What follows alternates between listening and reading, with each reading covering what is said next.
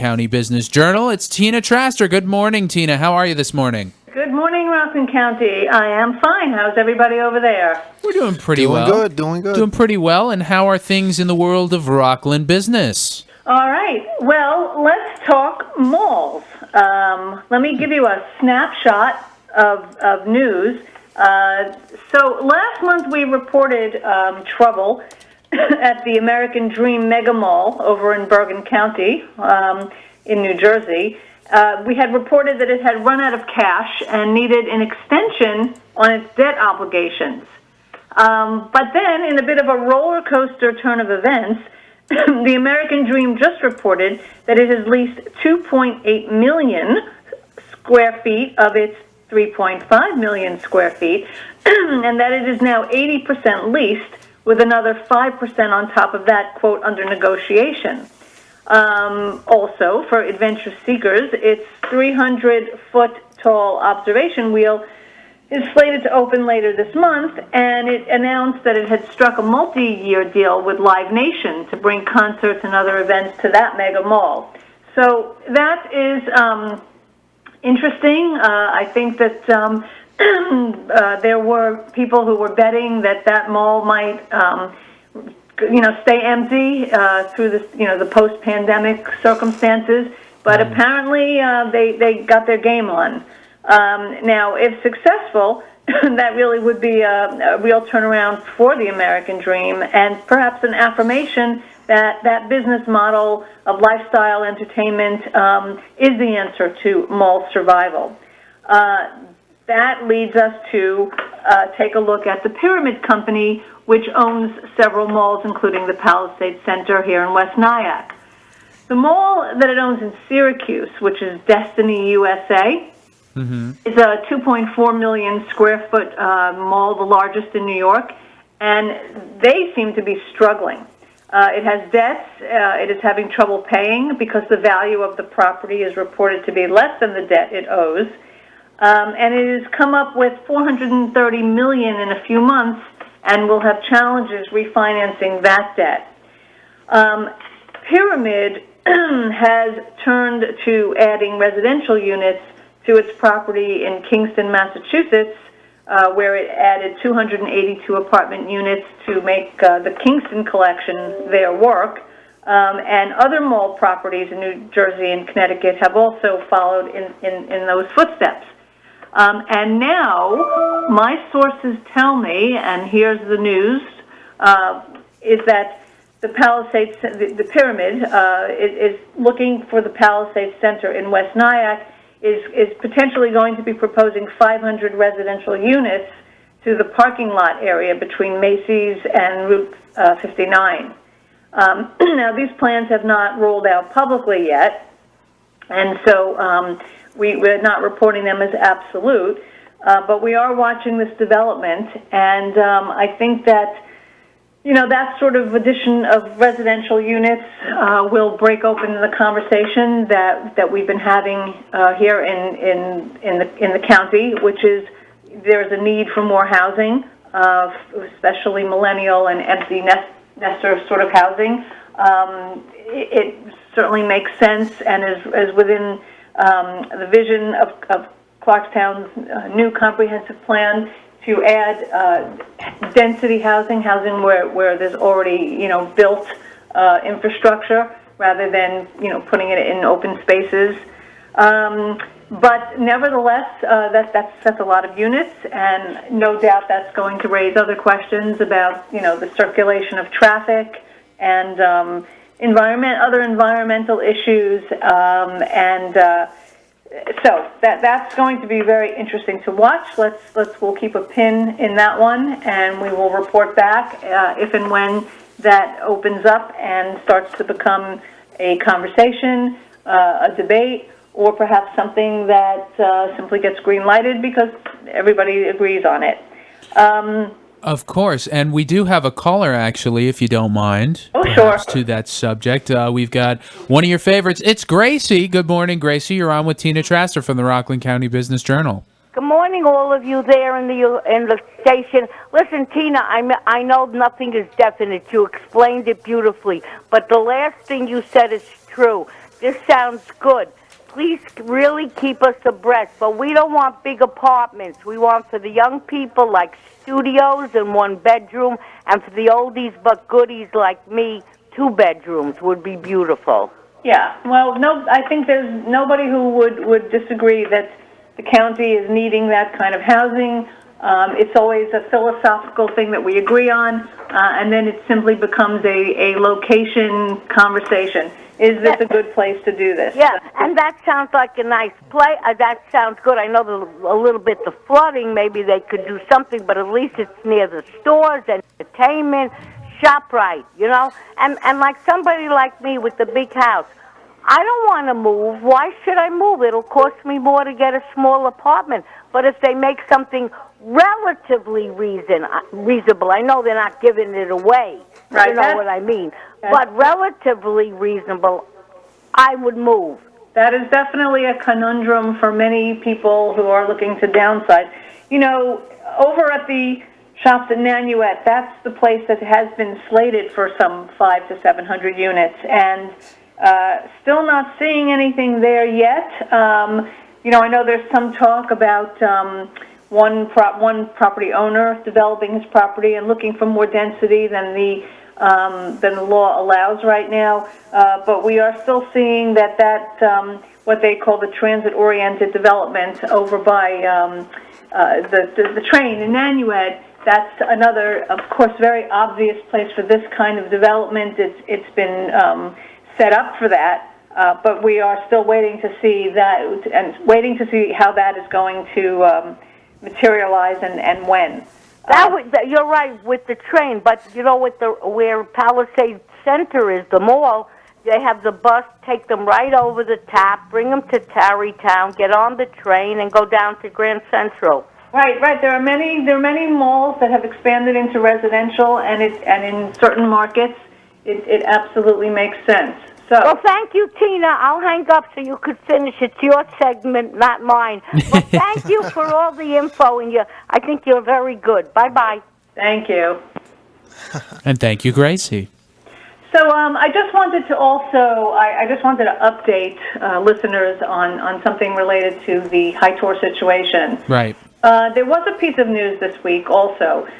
So a couple of weeks ago, the 2 committees of the legislature, the Budget and Finance and Purchasing, had green-lighted Rockland Green's request to change to amend its charter so that it could essentially take over Hightower. When it came back to the full legislature last week,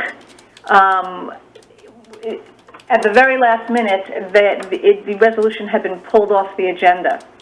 And that is because the full legislature was not satisfied to let this just sail on up to Albany because it's scrutinizing this concept. It wants more information. It wants, financial projections. This would not be a small change here in the county, and so the legislature essentially has told Howard Phillips, the chairman of Rockland Green, to go back to the drawing board or go to the drawing board and lay out financial projections and to take a look at how this would work, because apparently the legislature had split on this and was not just going to give it a rubber stamp and green light it. And that's an important development because there is a lot of question about how to move forward with Hightower. I don't think that the answer that is clear yet. What is the best way to shepherd the institution forward? One thing that can be said is the RFPs on the building of the shelter are out, and now the projections for groundbreaking have been moved up to the summer. But once that shelter is underway, it certainly does need some sort of professional management. But the question is, what should that management look like, and who should be who should have the power to determine that management. Should it be an organization like Rockland Green? Should it be the county that has the RFP right now? Will a professional organization need to come in and run the place? There are a lot of questions about this, so it needs a really hard look, and I think it was interesting that the legislature said, not so fast, we want to take a look at what Rockland Green is talking about, before they just sent it up to Albany. So we'll keep reporting on that story, too, because it is an important story. And we do have a caller that wants to talk to you about that story. Jimmy is on the line. Good morning, Jimmy. You're on with Tina Traster from the Rockland County Business Journal.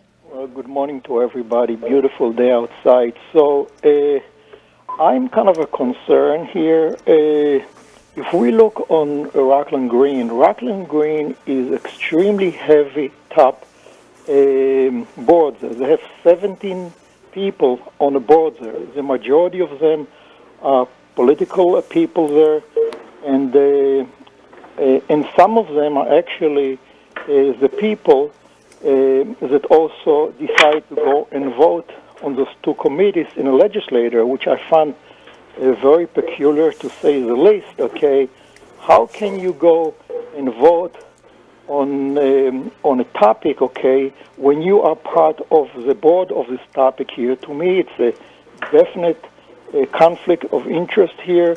I think those two votes should be canceled. I don't think it's right that people that vote on an issue are also part of the board that presents the issue here. There's something wrong here. This is one thing. The other point here, I'm concerned of cost.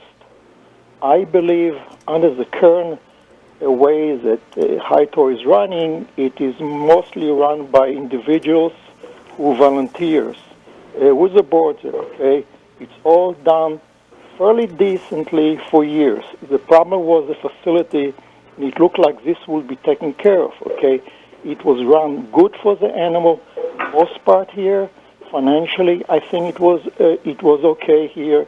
I'm concerned taking it out of this kind of a structure and putting it under something like a Rockland Green here.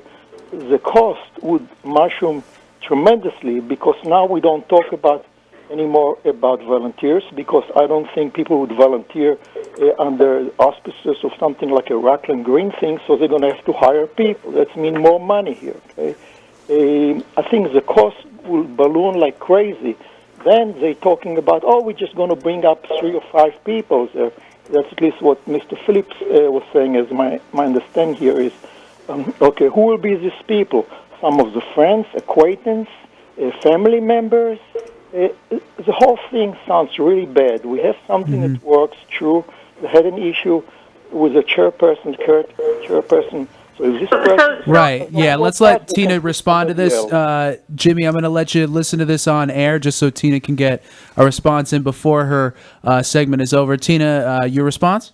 Okay, yeah, so what Jimmy is saying, and he's right, is that 8 of the county legislators also sit on Rockland Green, as do all of the supervisors. So it is basically a politically driven board. The good news is there's two things I'll leave you with. One is that this is going back to the legislature to potentially to actually debate. So for those of us who enjoy democracy, I think that's a good thing. And number 2, on the subject of democracy and citizens being heard, what people don't know is that Rockland Green actually does have meetings that are public and where people from the public can come and comment. Their next meeting will take place on April 28th. Their meetings vacillate between the Clarkstown Town Hall and the Legislative Building. You have to call closer to the time to find out which venue they're going to use. They meet at 5 p.m. From what I can tell, their meetings are rather short, but if people in the public want to go to Rockland Green and ask them themselves to figure out what they have in mind, we have a democratic process for that. So that's the word I think that should be spread. People should participate. Facebook is not participation.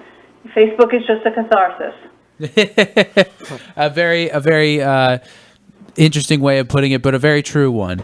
I'll say that. Thank you so much, Tina Traster from the Rockland County Business Journal, for calling in and giving us an update on Rockland County business. If you want more information, you can, of course, go to their website, rcbizjournal.com, or join their Facebook page. Even though it is a catharsis, the page does help. That's the Rockland County Business Journal. That's the page title. And, of course, we will talk to you next week. Same bad time, same bad channel. If not before then, have a great week. Okay, you too. Bye. Have a good one. And right now,